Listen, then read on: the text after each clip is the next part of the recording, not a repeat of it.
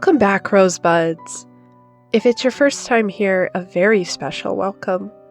The content on our channel is like that old 90s show, Beyond Belief, Fact or Fiction. Today we have 4 terrifyingly true Ouija board experiences and one story that is completely fictional written by yours truly. Try and guess which story is the creative fiction imposter. Make sure to listen all the way to the end, where I will reveal which story was fictitious. So sit back, dim the lights, and settle in for 5 terrifying Ouija board tales to tell in the dark. Story number 1. Ouija boards are BS, right? Hi everyone. Thought I'd share something interesting that happened to me about 15 years ago. Most won't believe me, but for what it's worth, I promise everything I tell you is 100% true. How it happened is to the best of my memory. However, names have been changed to protect privacy and whatnot. I was about 18, and I was hanging out at my friend Joanne's house with some other school friends. Can't quite remember how we got onto the subject, but towards the end of the evening, Joanne thought it would be fun to perform a seance. Joanne and her family were from Cape Town, South Africa, and had a deep-rooted interest in the spiritual side of life. Or at least that's what Joanne told us. With the lights off and candles lit, we all sat around a table with cards fanned out around the edge. Each card had a letter of the alphabet arranged A to Z and a shot glass placed in the middle. Joanne starts speaking out to the spirits. I remember pulling a face and rolling my eyes. I was pretty sure it was too dark for anyone to notice and take offense. At the time, I was an insufferable, enlightened, atheist teen dork. You know the type. Cringy 4chan edgelord who thinks any form of spirituality or religion is beneath them and their superior intellect. I never wore a fedora, but I was damn close. However, what was about to happen made me question everything. It started out mundane enough. A few questions were asked, and the shot glass where we were resting our fingers on started to move back and forth. Eventually, one of my friends asked the spirit if they were associated with anyone in the room. The shot glass moved directly towards me. Incredulous but still disbelieving, I asked the spirit, "If you're associated with me, then what's my mother's maiden name?" My eyes fixated on the letters, waiting for it to spell out Jones, my mother's maiden name. But then the glass started spelling out something different. First the glass went to T, then H, then O. I really thought it was all bullshit. This so-called spirit had it completely wrong. Then I was struck by a horrific realization. When my mom was 6 months old, her biological father died of a heart attack, and a year after that, she took her stepfather's name. I completely forgot this. I was waiting for it to use the name she'd used the majority of her life. It was actually spelling out her original maiden name of Thompson. It was a fact so trivial that I barely remembered it myself. We barely talked about it, even within my family, as it had happened so long ago. It was unlikely that any of my friends would know this esoteric piece of my family's history that occurred 20 years before I was even born. But nonetheless, somehow, it was being spelled out in front of my very eyes. Thompson. My school friends and I wouldn't talk about anything deeper than video games and tits at that age, so I knew there was no way I'd ever mention this to any of them. It's not like one of my pot-smoking loser friends had a copy of my mom's birth certificate either. None of them had ever met anyone else in my family. Case in point, there was literally no way anyone could have known this. Before I could contemplate this for too long or ask any other questions to my ghostly associate, Joanne's mom came into the room and turned the lights on. She screamed in her thick essay accent something like, "Bloody hell, Joanne, stop messing around with this silly crap," and put a definitive stop to the proceedings. Of course, at the time, I played all of it off as a prank, but the more I thought about it, the more I had to wonder, did something paranormal actually happen that night? I know it's nothing dramatic or exciting. I didn't see an apparition or a cryptid, but this experience really happened to me. Something to this day I can't explain. Story number 2, Ghost Child. I've always been sensitive to the paranormal. My mom has told me strange stories about when I was a kid and paranormal stuff I would claim to see. Apparently, there were these things a little kid wouldn't really know about. One story I remember her telling a lot.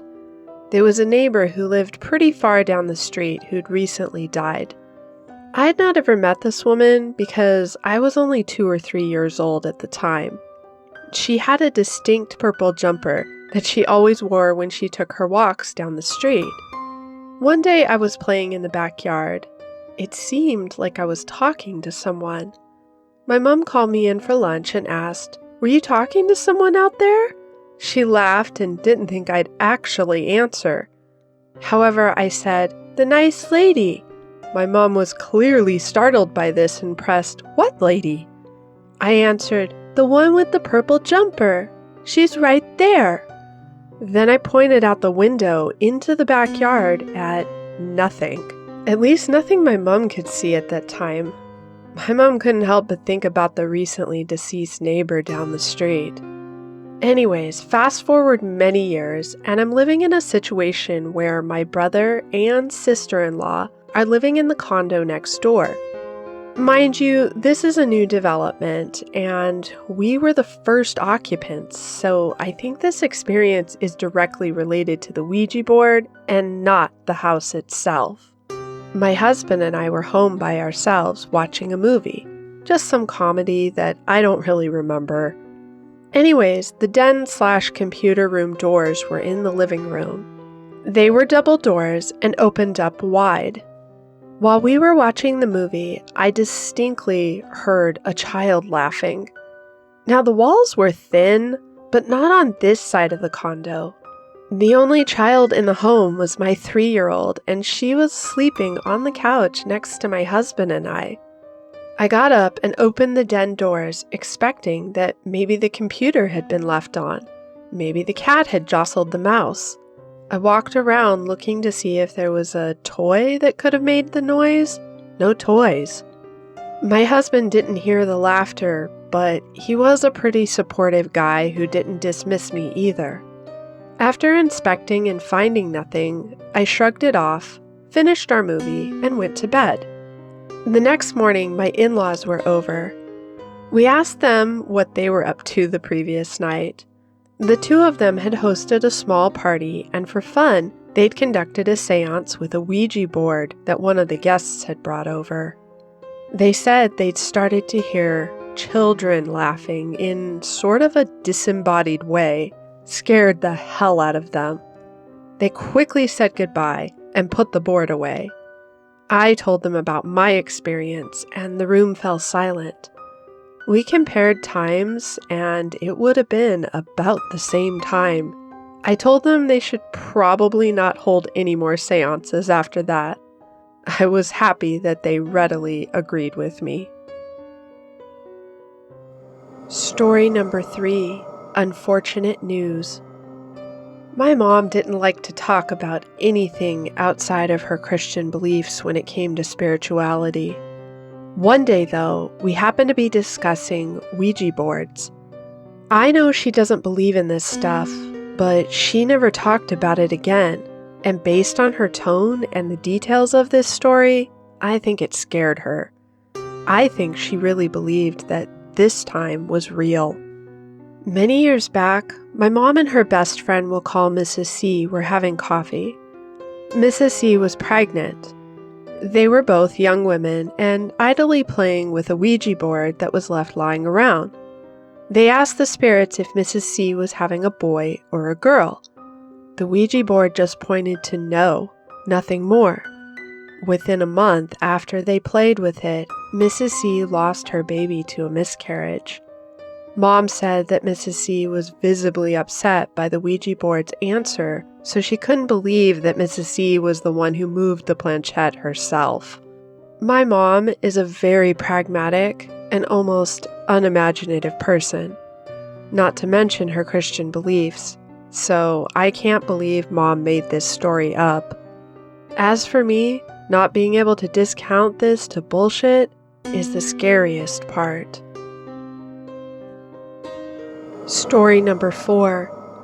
Bad Ouija board. I've had a few paranormal experiences, but 2 in particular stand out. First one was when I was a child in the 70s. My parents had friends and some of our relatives over one evening. They occasionally played with tarot cards and Ouija boards at these little parties. Nothing intense, no candles or anything. Mom said that whatever the Ouija board said usually didn't make sense. Like the spirit they talked to once claimed to have been a Viking and was an ancestor of my mom's. We didn't have Viking ancestors, so it was never taken seriously. Well, I guess one night, whatever they talked to was something dark, and it made Mom uncomfortable. They all stopped playing and the board got put away in the game closet. 2 days later, the Ouija board caught fire.